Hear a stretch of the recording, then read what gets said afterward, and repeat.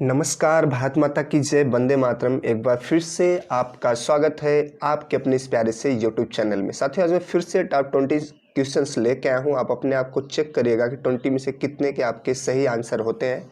लेकिन उसके पहले आज का मोटिवेशनल थॉट्स देख लेते हैं। साथियों, खामोशी से अपनी पहचान बनाते रहो, वक्त खुद बताएगा तुम्हारा नाम। सही बात साथियों, खामोशी से अपनी पहचान बनाते रहो, एक दिन वक्त ही बता देगा तुम्हारा असली नाम क्या है और तुम क्या हो। ठीक है, इसलिए खामोशी से मेहनत करते रहो। तो चलिए देखते हैं साथियों कि आज का टॉप 20 क्वेश्चन कौन कौन सा है। ये रहा पहला क्वेश्चन। केंद्रीय खाद्य तकनीकी अनुसंधान संस्थान का मुख्यालय कहाँ है साथियों? चलिए बताइए। जो CFTRI, ठीक है साथियों, central food technology research institute, इसका मुख्यालय कहाँ है आपको बताना है। दिल्ली, बेंगलुरु, अहमदाबाद, मैसूर। चलिए बताइए इसका सही जवाब क्या होगा। केंद्रीय खाद्य तकनीकी अनुसंधान का मुख्यालय कहाँ है साथियों, आपको ये बताना है। चलिए बताइए सही जवाब क्या होगा। तो इसका राइट आंसर क्या होगा आपको बताना है। इसका राइट आंसर होगा साथियों डी। ठीक है, मैसूर में साथियों, मैसूर में है केंद्रीय खाद्य तकनीकी अनुसंधान संस्थान का मुख्यालय। ठीक है, चलिए बढ़ते हैं अगले क्वेश्चन की तरफ और देखते हैं कि अगला क्वेश्चन क्या है। ये रहा अगला क्वेश्चन। उत्तर प्रदेश में सर्वाधिक जनसंख्या वाली जनजाति है। चलिए बताइए साथियों, उत्तर प्रदेश में सर्वाधिक जनसंख्या वाली जनजाति है, आपको बताना है साथियों। चलिए बताइए कि कौन सी जनजाति उत्तर प्रदेश में सर्वाधिक है। थारू, गोंड, खरवार या चेरो? बताइए। चलिए बताइए, उत्तर प्रदेश में सर्वाधिक जनसंख्या वाली जनजाति है थारू, गोंड, खरवार या चेरो? बताइए। चलिए बताइए इसका सही जवाब क्या होगा। तो इसका राइट आंसर होगा साथियों ए, थारू जनजाति है जो साथियों, इसकी संख्या उत्तर प्रदेश में सबसे ज़्यादा है। ठीक है साथियों, इस जनजाति के लोग कहाँ रहते हैं? कुशीनगर में, महाराजगंज से लेकर लखीमपुर जिले में भी इस जनजाति के लोग रहते हैं। ठीक है साथियों, चलिए बढ़ते हैं अगले क्वेश्चन की तरफ और देखते हैं कि अगला क्वेश्चन क्या है। ये रहा अगला क्वेश्चन साथियों। मानव शरीर के भीतरी भाग में रोगों की पहचान की जाती है। चलिए बताइए। जो मानव का ह्यूमन बॉडी होती है साथियों, जो ह्यूमन बॉडी होती है उसके शरीर के जो भीतरी भाग होते हैं साथियों, उसमें रोगों की पहचान की जाती है। किससे की जाती है आपको बताना है। कार्डियोग्राफ द्वारा, एंडोस्कोप द्वारा, जायरोस्कोप द्वारा या फिर किस्कोग्राफ द्वारा? बताइए इसका सही जवाब क्या होगा। बताइए। जो ह्यूमन बॉडी होती है उसके अंदर की जांच करनी है साथियों, किसके द्वारा होता है बताइए। चलिए बताइए इसका सही जवाब क्या होगा। चलिए बताइए। तो इसका राइट आंसर होगा बी साथियों, एंडोस्कोप के द्वारा। ठीक है, जो एंडोस्कोपी होती है साथियों, उसके द्वारा मानव शरीर के भीतरी भागों में रोगों की पहचान की जाती है। ठीक है साथियों, और जो कार्डियोग्राफ होता है इसके द्वारा हृदय, जो हमारा हार्ट होता है उसकी, और जायरोस्कोप है साथियों ये कोड़ी गति, जो कोड़ी गति होती है साथियों, कितने एंगल पे कौन सा घूम रहा है। ठीक है साथियों, और किस्कोग्राफ के द्वारा क्या होता है साथियों, पौधों में वृद्धि की माप की जाती है। ठीक है, पौधों में वृद्धि की माप की जाती है। जगदीश चंद्र बसु एक साइंटिस्ट साथियों, उनका नाम आप लोगों ने सुना होगा। पौधों में वृद्धि की माप की जाती है किसके द्वारा? किस्कोग्राफ के द्वारा। चलिए बढ़ते हैं अगले क्वेश्चन की तरफ और ये रहा अगला क्वेश्चन साथियों। अंतर्राष्ट्रीय समुद्री संगठन का मुख्यालय स्थित है। चलिए बताइए अंतर्राष्ट्रीय समुद्री संगठन का मुख्यालय कहाँ पर स्थित है, आपको बताना है। चलिए क्वेश्चन नंबर 4 का आंसर बताइए अब। ठीक है, और अपने आप को चेक करते रहेगा कि 4 में से कितने आपके सही हुए हैं। अंतर्राष्ट्रीय समुद्री संगठन का मुख्यालय स्थित है, चलिए बताइए, लंदन, जिनेवा, पेरिस या फिर रोम? चलिए बताइए अंतर्राष्ट्रीय समुद्री संगठन का मुख्यालय कहाँ स्थित है। तो इसका राइट आंसर होगा साथियों क्या होगा? ए, लंदन में है साथियों। अंतर्राष्ट्रीय समुद्री संगठन का मुख्यालय लंदन में है साथियों, और इसकी स्थापना 1948 में 1948 में हुई थी साथियों। कहाँ पे हुई थी? जिनेवा में, लेकिन मुख्यालय कहाँ है साथियों? लंदन में है। ठीक है साथियों, चलिए बढ़ते हैं अगले क्वेश्चन की तरफ और देखते हैं कि अगला क्वेश्चन क्या है। ये रहा अगला क्वेश्चन, क्वेश्चन नंबर 5। कोल बांध परियोजना का निर्माण किस नदी पे हुआ है? चलिए बताइए। कोल बांध परियोजना का निर्माण किस नदी पे हुआ है? चलिए बताइए। कोलबाद परियोजना का निर्माण किस नदी पे हुआ है? कृष्णा, सतलज, गोदावरी या फिर नर्मदा? चलिए बताइए, बताइए। चलिए, कोल बांध साथियों ये इंपॉर्टेंट है, ठीक है। आजकल फेमस नहीं पूछता है, कुछ ऐसा पूछ देता है जो कंफ्यूज हो जाते हैं लोग। तो बताइए इसका, चलिए बताइए, कृष्णा, सतलज, गोदावरी या फिर नर्मदा?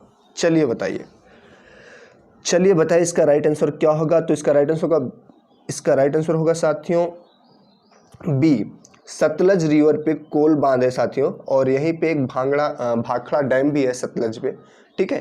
तो कोल बांध भी सतलज रिवर पे है साथियों, ठीक है, और ये सतलज नदी पे बना हुआ है साथियों। और कुछ बांधों की बात करते हैं साथियों। कृष्णा नदी पे कौन सा है? नागा अर्जुन सागर बांध है, ठीक है। नर्मदा बांध किस पे है साथियों? नर्मदा बांध कौन सी नदी पे है? चलिए बताइए। सरदार सरोवर बांध जो है वो नर्मदा नदी पे है, ठीक है। चलिए बढ़ते हैं अगले क्वेश्चन की तरफ। और ये रहा अगला क्वेश्चन।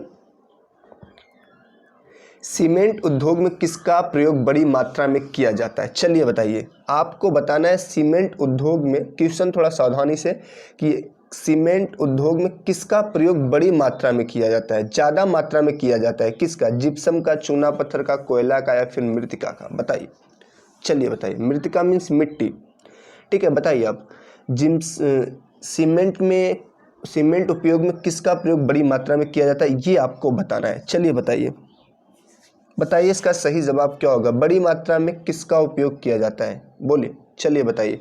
तो इसका राइट आंसर होगा 20 साथियों, चूना पत्थर का ज़्यादातर यूज होता है, ज़्यादा से ज़्यादा यूज होता है सीमेंट में, ठीक है साथियों। बड़ी मात्रा में किया जाता है। विश्व में सबसे पहले आधुनिक रूप से सीमेंट का निर्माण कब हुआ था साथियों? 1824 में हुआ था। कहाँ पे हुआ था? ब्रिटेन में एक पोर्टलैंड नामक स्थान पर किया गया था साथियों, ठीक है। ब्रिटेन में पोर्टलैंड नामक स्थान पे किया गया था। कहाँ साथियों? ब्रिटेन में पोर्टलैंड नामक स्थान था, वहाँ पे किया गया था। चलिए बढ़ते हैं अगले क्वेश्चन की तरफ। ये रहा अगला क्वेश्चन साथियों। रविन्द्रनाथ टैगोर को नोबेल पुरस्कार दिया गया था, कब दिया गया था, ये आपको बताना है। चलिए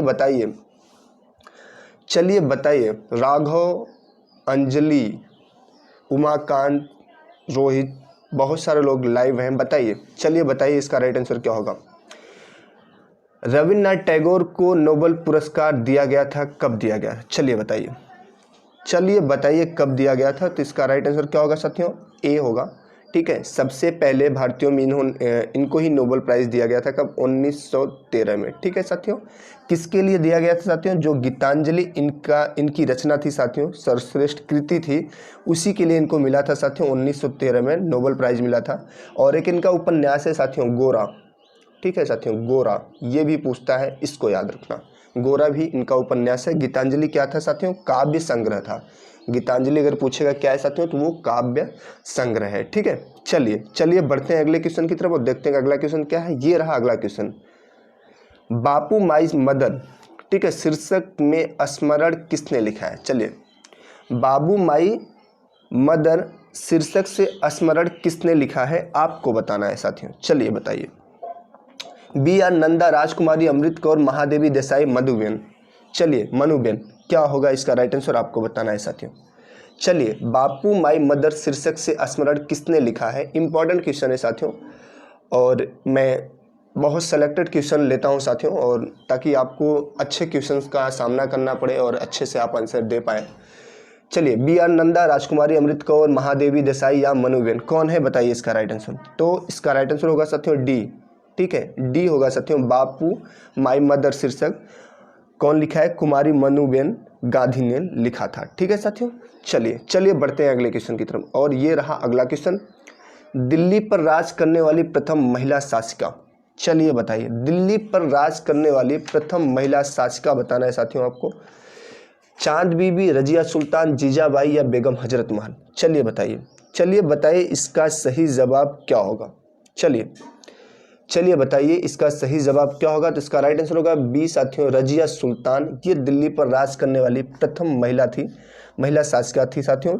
रजिया ही एकमात्र मुस्लिम स्त्री थी साथियों जो दिल्ली की गद्दी पर बैठी थी। यह इल्तुतमिश की पुत्री थी, जो इल्तुतमिश था साथियों उसकी पुत्री थी, और इसने 1236 से लेके 1240 तक दिल्ली पे शासन किया। कब साथियों? 1236 से लेके 1240 तक इसने दिल्ली पे शासन किया। चलिए बढ़ते हैं अगले क्वेश्चन की तरफ। और ये रहा अगला क्वेश्चन साथियों, हड़प्पा का स्थल किस नदी के तट पर बसा है? चलिए बताइए साथियों, बड़ा ही इंपॉर्टेंट क्वेश्चन है साथियों, ये पीसीएस का क्वेश्चन है साथियों।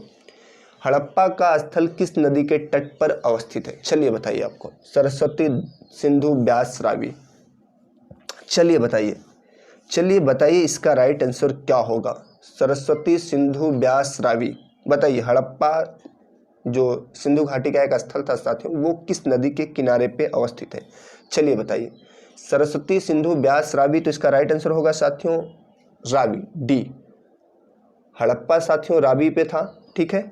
और मोहनजोदड़ो किस पे था? वो सिंधु नदी के किनारे था, ठीक है साथियों। मोहनजोदड़ो सिंधु नदी के किनारे पे था साथियों, और हड़प्पा किसके किनारे था साथियों? रावी के किनारे था, ठीक है साथियों। रोपड़ एक शहर पूछता है साथियों, वो सतलुज के किनारे था। कालीबंगा, घग्घर, लोथल, भोगवा। लोथल कौन सी नदी के किनारे था साथियों? भोगवा, ठीक है। चलिए बढ़ते हैं अगले क्वेश्चन की तरफ। और ये रहा अगला क्वेश्चन, वन अनुसंधान संस्थान फॉरेस्ट रिसर्च इंस्टीट्यूट कहाँ है? चलिए बताइए इसका राइट आंसर क्या होगा? आपको बताना है इसका राइट आंसर क्या होगा। देहरादून, नई दिल्ली, कोयम्बटूर, कोलकाता। चलिए बताइए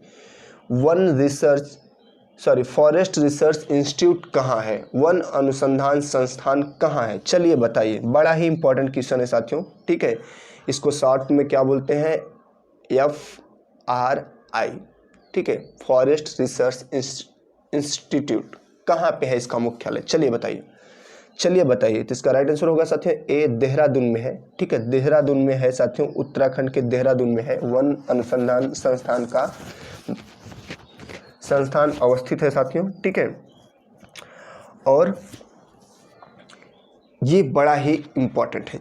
चलिए बढ़ते हैं अगले क्वेश्चन की तरफ। ये रहा अगला क्वेश्चन साथियों, लाल फीताशाही का अर्थ है? चलिए बताइए। मोस्ट इंपॉर्टेंट क्वेश्चन है साथियों, इसको आप स्टार लगा लीजिए, ठीक है। लाल फीताशाही का अर्थ है, चलिए बताइए। विलंब, भ्रष्टाचार, भाई भतीजावाद, मनमानी। चलिए बताइए लाल फीताशाही का क्या अर्थ है, आपको बताना है। आपने ये वर्ड सुना भी होगा कहीं कहीं, इसका अर्थ बताना है। चलिए देखते हैं कौन इसका सही जवाब देगा। चलिए, लाल फीताशाही का अर्थ क्या है? विलंब, भ्रष्टाचार, भाई भतीजावाद या फिर मनमानी? चलिए बताइए इसका क्या होगा। तो इसका राइट आंसर होगा ए साथियों, विलंब, ठीक है। विलंब होगा लाल फीताशाही का साथियों। जो सरकारी दफ्तर होते हैं साथियों, वहाँ पे जो कार्य विलंब से करने से संबंधित शब्दावली है ये, ठीक है साथियों। लाल फीताशाही किसी को काम को देरी से करने वाली शब्दावली है ये, ठीक है। आप जाएंगे तो अधिकारी क्या करते हैं? किसी भी काम को बहुत विलंब लगा देते हैं, ठीक है। इसी को बोलते हैं लाल फीताशाही, ठीक है। चलिए बढ़ते हैं अगले क्वेश्चन की तरफ और देखते हैं कि अगला क्वेश्चन क्या है। ये रहा अगला क्वेश्चन, जवाहर सुरंग किस राज्य में स्थित है? चलिए बताइए साथियों, जवाहर सुरंग किस राज्य में स्थित है? आपको बताना है। हिमाचल प्रदेश, उत्तराखंड, गोवा, जम्मू एंड श्रीनगर। चलिए बताइए इसका राइट आंसर क्या होगा? चलिए बताइए। तो इसका राइट आंसर होगा साथियों डी, जम्मू और कश्मीर में है ये जवाहर सुरंग साथियों, ठीक है। ये है इसका राइट आंसर और इम्पॉर्टेंट है। चलिए बढ़ते हैं अगले क्वेश्चन की तरफ और देखते हैं कि अगला क्वेश्चन क्या है। ये रहा अगला क्वेश्चन साथियों, निम्नलिखित में से कौन सा एक उत्तर प्रदेश की मुख्य वाणिज्य फसल है? कमर्शियल क्रॉप है साथियों उत्तर प्रदेश का, आपको बताना। जूट है, गन्ना है, कपास है, तिलहन है। कमर्शियल मतलब जिसको तुरंत तत्काल किसान बेच के पैसे ले लेता है। बताइए, चलिए बताइए मुख्यतः कौन है, मतलब मुख्य रूप से वाणिज्यिक फसल कौन है, ये आपको बताना है। चलिए बताइए, जूट, गन्ना, कपास या फिर तिलहन?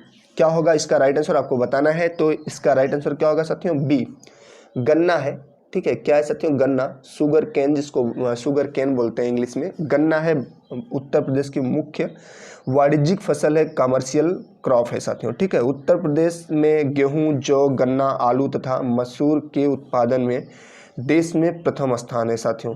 किसके?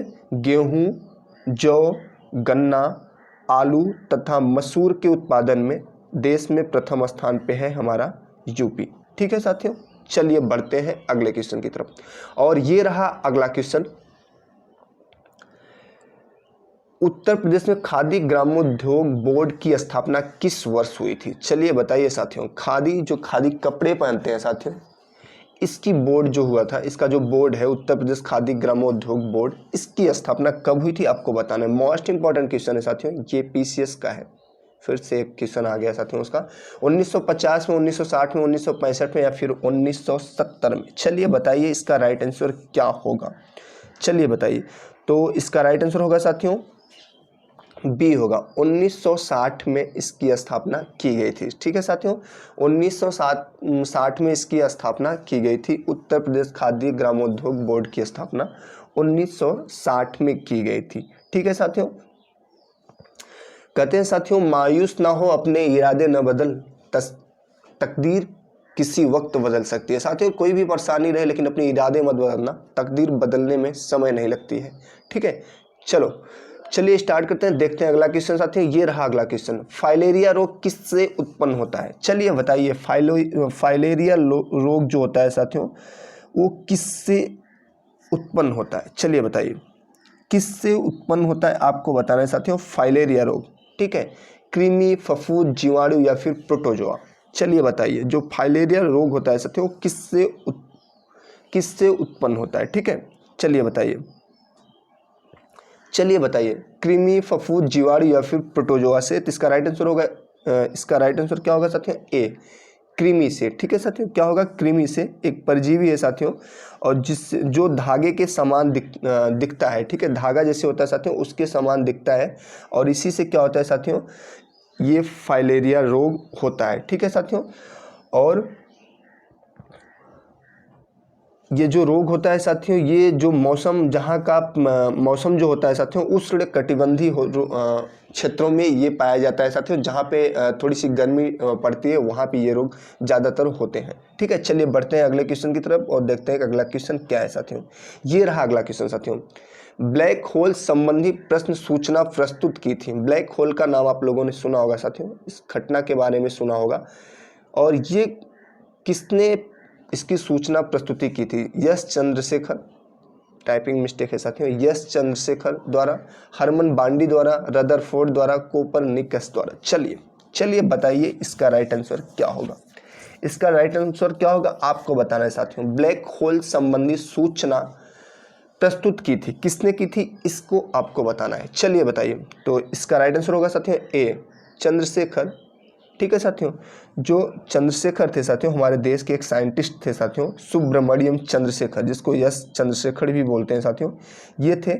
और इन्होंने ही ये जो ब्लैक होल संबंधित प्रश्न सूचना प्रस्तुत की थी। ठीक है साथियों, और एक ऐसी घटना है साथियों, ब्लैक होल एक ऐसी घटना है साथियों, जहाँ पर एक ऐसा खगोलीय क्षेत्र कह लीजिए, जहाँ पे गुरुत्वाकर्षण बहुत तेज होता है साथियों, इतना प्रबल होता है कि यहाँ तक कि कोई अगर प्रकाश भी उसके अंदर जाएगा तो साथियों उसको खींच लेता है वो।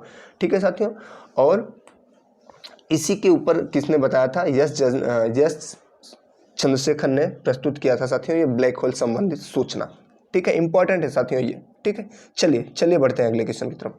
ये रहा अगला क्वेश्चन साथियों, संयुक्त राष्ट्र, ये रहा अगला क्वेश्चन साथियों, संयुक्त राष्ट्र की महिला अध्यक्ष कौन थी? प्रथम महिला अध्यक्ष, प्रथम क्या, भारत की महिला अध्यक्ष कौन थी? भारत की पहली महिला अध्यक्ष कौन थी साथियों, जो संयुक्त राष्ट्र में थी? चलिए, सरोजिनी नायडू, विजय लक्ष्मी पंडित, गोल्डा मायर या फिर मार्गरेट थ्रेचर है साथियों ये। चलिए बताइए इसका राइट आंसर क्या होगा, आपको बताना है साथियों। ठीक है, संयुक्त राष्ट्र में महिला अध्यक्ष कौन थी? चलिए बताइए इसका राइट आंसर क्या होगा। सरोजिनी नायडू, विजय लक्ष्मी पंडित, गोल्डा मायर या फिर मार्गरेट थ्रेचर। चलिए बताइए, तो इसका राइट आंसर होगा साथियों बी, विजय लक्ष्मी पंडित थी साथियों। ये जो थी साथियों, ये कौन थी? जो हमारे पहले प्रधानमंत्री थे देश के, पंडित जवाहरलाल नेहरू, उन्हीं की बहन थी साथियों विजय लक्ष्मी पंडित। ठीक है साथियों, और यही संयुक्त राष्ट्र महासभा में अध्यक्ष बनने वाली प्रथम महिला थी। ठीक है साथियों, चलिए बढ़ते हैं अगले क्वेश्चन की तरफ। ये रहा अगला क्वेश्चन, सुंडा ट्रेंच कहाँ पे है साथियों? सुंडा ट्रेंच बताइए, बताइए। सुंडा ट्रेंच साथियों, जो सुंडा की खाई है साथियों, वो कहाँ पे है? हिंद महासागर, प्रशांत महासागर, अंध महासागर या फिर मैक्सिको की खाड़ी? चलिए बताइए। सुंडा गर्त जिसको बोलते हैं साथियों, या सुंडा ट्रेंच, बताइए ये कहाँ पे है, ये आपको बताना है। चलिए बताइए, चलिए बताइए कहाँ है। तो इसका राइट आंसर होगा ए साथियों, हिंद महासागर में है सुंडा ट्रेंच साथियों। और जिससे पहले जावा ट्रेंच को रूप में जाना जाता था साथियों, इससे पहले जावा ट्रेंच के रूप में भी जाना जाता था। किसको साथियों? सुंडा ट्रेंच को जावा ट्रेंच के रूप में भी पहले जाना जाता था। ठीक है साथियों, ये कहाँ पे अवस्थित है? हिंद महासागर में स्थित है साथियों। और इसकी गहराई कितनी है साथियों? 7,725 मीटर है साथियों। सोचिए, 7,725 मीटर। ठीक है साथियों, 25 मीटर है, 7,725 मीटर सुंडा ट्रेंच की गहराई है। ठीक है, चलिए बढ़ते हैं अगले क्वेश्चन की तरफ साथियों, और ये अंतिम क्वेश्चन है। भारत में सबसे पुराना तेल क्षेत्र कहाँ है? बताइए साथियों, भारत में सबसे पुराना तेल क्षेत्र कहाँ पे है, ये आपको बताना है साथियों। हल्दिया, मुंबई हाई, नेवेली या दिग्बोई? चलिए बताइए, चलिए बताइए इसका राइट आंसर क्या होगा। बड़ा ही फेमस क्वेश्चन है साथियों, बड़ा पुराना है, बताना। चलिए बताइए, भारत में सबसे पुराना तेल क्षेत्र कहाँ है? तो इसका राइट आंसर होगा साथियों डी, असम के डिगबोई में है साथियों। सबसे पुराना तेल शोधक जो है क्षेत्र है साथियों, वो असम में है। ठीक है साथियों, असम में है। ठीक है, ये रहा आज का टॉप 20 क्वेश्चन साथियों। और आप अपने आप को चेक किए होंगे कि 20 में से कितने के आपको सही जवाब आए होंगे ईमानदारी के साथ। अगर साथियों 8, 9, 10 भी आ रहे हैं तो आप बहुत अच्छे स्टूडेंट्स हैं, क्योंकि ये बहुत ही सिलेक्टेड क्वेश्चंस है। ठीक है, इससे ही इजी आएंगे। ठीक है, इससे बहुत टफ क्वेश्चंस नहीं आते हैं। ठीक है साथियों, और वीडियो अच्छा लगा हो तो साथियों लाइक कर दीजिएगा, शेयर कर दीजिएगा, और चैनल पे नए हैं तो साथियों सब्सक्राइब कर लीजिएगा। ठीक है साथियों, और अपने बड़ों का सम्मान करिएगा साथियों, माता पिता का भी। ठीक है,